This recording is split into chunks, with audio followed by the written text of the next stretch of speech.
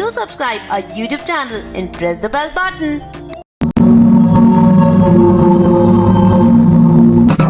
मुख्य द्वार पर लोगों की बाढ़ को नियंत्रित करना लगातार मुश्किल होता जा रहा था। अपनी पूरी कोशिशों के बावजूद 2 सुरक्षा गार्ड भीड़ को रोकने में असमर्थ थे, जो लगातार आगे बढ़ती जा रही थी। लोगों की भारी संख्या के कारण गार्ड्स के हाथों पर खरोंचें भी आ गई थीं।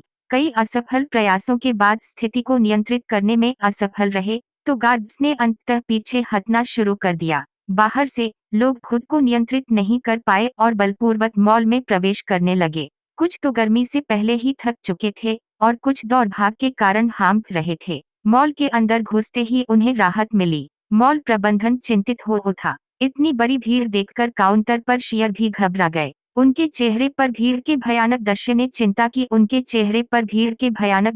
चिंता की लकीरें खींच दी। मुख्य द्वार से लोगों का प्रवाह थमने का नाम नहीं ले रहा था। जवाब में कुछ कर्मचारियों ने भीड़ को नियंत्रित करने के लिए लाठियां उठा लीं। बड़ी लाठी लेकर वे मुख्य द्वार पर खड़े हो गए, जिससे थोड़ी देर के लिए भीड़ को रोकने में सफलता मिली। यह कैसी शरारत है? दरवाजे के पास खड़े एक व्यक्ति ने पूछा। यह शरारत नहीं है। हमारे कर्मचारी इतने लोगों को एक साथ संभालने के लिए तैयार नहीं है, इसलिए कृपया धीरे धीरे अंदर आए ताकि किसी को कोई कठिनाई न हो, एक कर्मचारी ने लाठी थामे हुए कहा। हम कब तक यहाँ लाठियों के साथ खड़े रहेंगे? इन लोगों को हटाओ ताकि हम थोड़ी देर के लिए मुख्य द्वार बंद कर सकें, लाठी वाला एक कर्मचारी अपने साथी बोला। उनकी बातों के बीच कुछ लोग भीड़ में से लाठियों के नीचे से घुसने की कोशिश करने लगे। यह देखकर कर्मचारी और गुस्से में आ गए। एक कर्मचारी ने अंदर घुसने की कोशिश कर रहे एक आदमी का कॉलर पकड़ा और दूसरे कर्मचारी ने उसकी चेहरे पर लाठी मारी,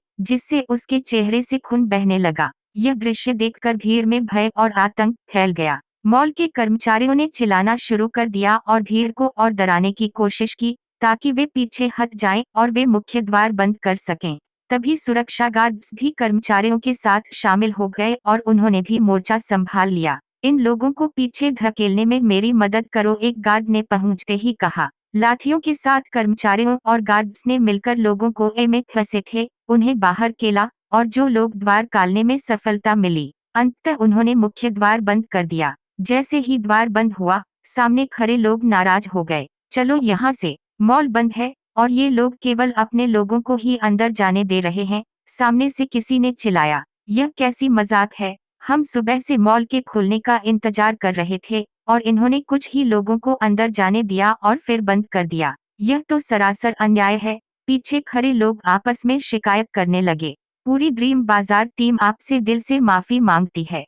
सुरक्षा कारणों से हमें मॉल बंद करना पड़ा है। आप लोग अब जा सकते हैं और किसी भी असुविधा के लिए हम फिर से माफी चाहते हैं, एक पुरुष आवाज लाउड स्पीकर पर गूंज उठी। पीछे खड़े लोग, जो पहले से ही गर्मी और लंबे इंतजार से परेशान थे, पहल प्रबंधन को कोसने लगे। तभी भीड़ का ध्यान मॉल से बाहर निकल रहे खून से लथपथ आदमी पर गया। उसकी हालत देखकर भीड़ एक तरफ बढ़ने लगी। क्या हुआ?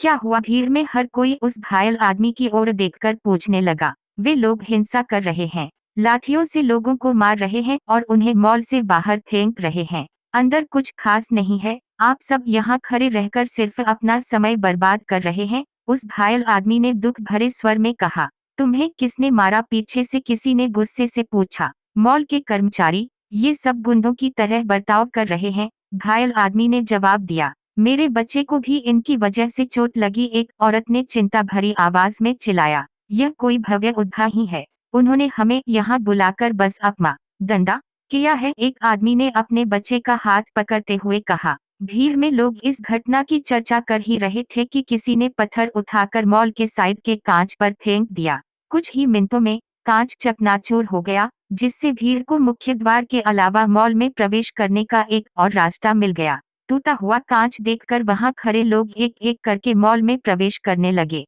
कांच टूटने के बाद मॉल के अंदर अफरा तफरी मच गई। कर्मचारी भागने लगे और कैशियर ने नकद बॉक्स को बंद कर मॉल के मालिक की ओर दौड़ लगा दी। कर्मचारियों को छिपते देख भीड़ और निडर हो गई और बिना किसी संकोच के मॉल में प्रवेश करने लगी। लोग जो चाह रहे थे वह खुलेआम ले रहे थे, जबकि कुछ चुपके से अपनी जेबों में सामान भरने लगे।